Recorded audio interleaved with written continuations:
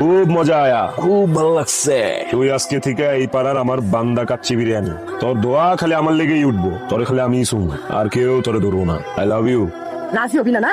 কখন থেকে কইতাছি রাজি হয় না? রাজি হয় না? না বাবু, এতগুলো মায়ের মারলাম তারপর ওইটা রাজি হইতাছে না। আমি মইরা গেল রাজি মা। তুই কি নিজের জীবিত মনে করস? একবার যখন এই পাড়ায় কেউ ঢুকে তখনই সে মইরা যায়। কি রে, ঠিক কইছি না? ঠিক কইছ।